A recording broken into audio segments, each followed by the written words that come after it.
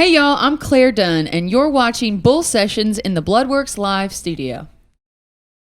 You know, I have to be honest with you. I don't like to compare artists because everyone has their, their separations. Sure. But my God, you sound like a voice of an angel like Jennifer Nettles. Oh, thank you. That is amazing. I appreciate that. Yeah. Thank you. Like I said, I don't like to do that, but man, you guys, power. Oh, some thank power, you. and I love that. Sounds great. That's from hollering at cattle growing up. That's where I get that lung capacity. Right. Well, and you grew up in Colorado. Yes. And I found this so interesting. You grew up in a little town. What was the name of it? Two Buttes. Buttes. Most often pronounced two butts. Yeah, that's what I was going to say. That's what I wanted to make sure. Just wanted to make sure. I didn't want to be the one to say it. And it was only a population of 43 people? Depending on who's home for Christmas, yeah. That is amazing.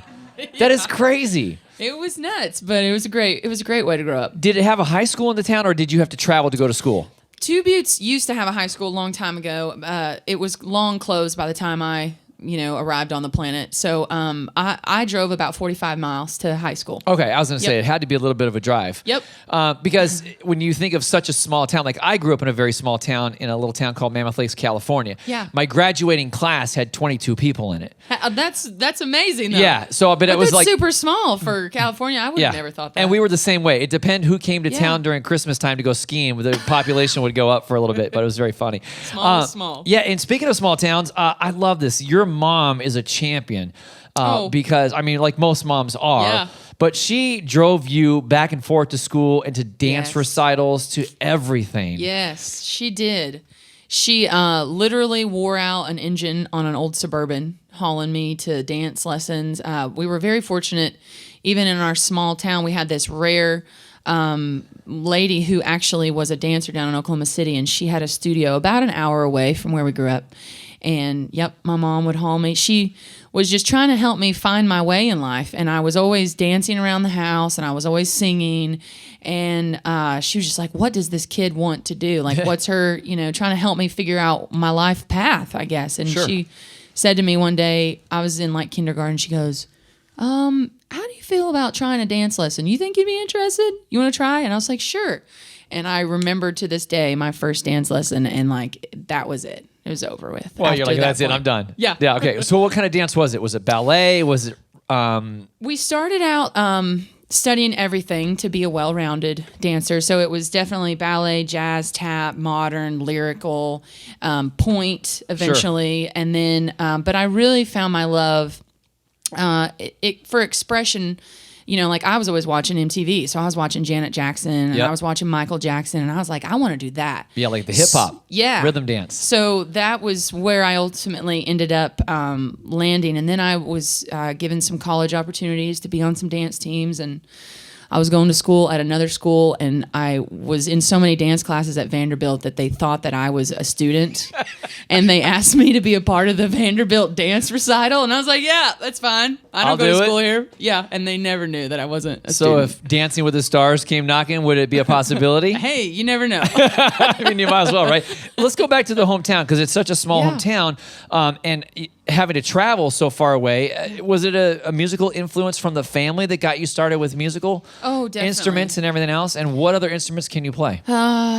Nothing. I didn't start playing guitar till later on, till I moved to Nashville. And I can plunk around on a piano, but I'm not like really good at anything else. But yeah, music started out. It's very common out there, you're spending long hours a day. My parents their childhood was the same as mine, driving tractors, hauling water to cattle. And so it's a lot of time spent alone, and the radio is your only companion. And so I got my love of music, from my parents, and then also just, I think, naturally, born into me, I guess. Right. And we listened to whatever the radio was playing, whether we had like a country station and a classic rock station. So those were predominantly a lot of the things that we got to listen to. That's a good mix. I think so. Yeah. I sure love it. I was stalking you a little bit earlier on Facebook, and I love the fact that you have an old-time turntable. And that you had, I think it was Elvis's greatest hits in there. Yes. And that's really cool to see, because today, vinyl's making its way back. It's always something special. And to hear that, noise on the turntable. I love that sound. I get a chance on Sunday mornings to kind of just regroup, and because I have one from my grandparents, and it's awesome, such a great feeling. But for your musical influence, like I said, you listen to like everything from Bob Seger to Elvis, jazz too. Do you like jazz as well? Yes, I love it. That's awesome. I think where we grew up, it's so rural and it's so remote, and there's just such a desire to have that companionship, like I said, that we learned early on a huge appreciation for anything that we thought was good. If we thought it was good, we appreciated it, sure. And because music was our friend most of the time. Well, you've been in Nashville for quite some time. 2016, you guys might remember a song called Tuxedo. I think we ended up doing that for a little while. We played that one for a bit. Thank you. And you've also been doing a lot of writing, and you've also been doing some backgrounds. You sang background with Luke on Country Girl Shake It For Me. I had no idea. I did. Did anyone else know that? I was blown away when I read that today. I was like, what? Are you kidding me? That's cool. I had just moved to town and was getting going, and was really fortunate that I had the opportunity to, at the time I was writing a lot and working with his producer. And one day he called me and he was like, hey, can you come by the studio? I was like, okay, sure. And he didn't say what. He was like in a hurry. He's like, okay, I'll send you the address. So I show up in the studio on top of a hill, and I'm not like a big fan of mountains, even though I'm from Colorado. So this studio is literally on top of a mountain in my view in Nashville. I'm winding up here. I'm like, oh God, I'm gonna die. And the curvy road down below. Yeah, it really was. So I show up, and I'm so glad I did, and got over my fear of mountain, things. And I walk in, and he's like, yeah, we got this little song we're working on. And I was like, okay. So, they gave me the lyrics, shoved me in the booth. I sang the thing.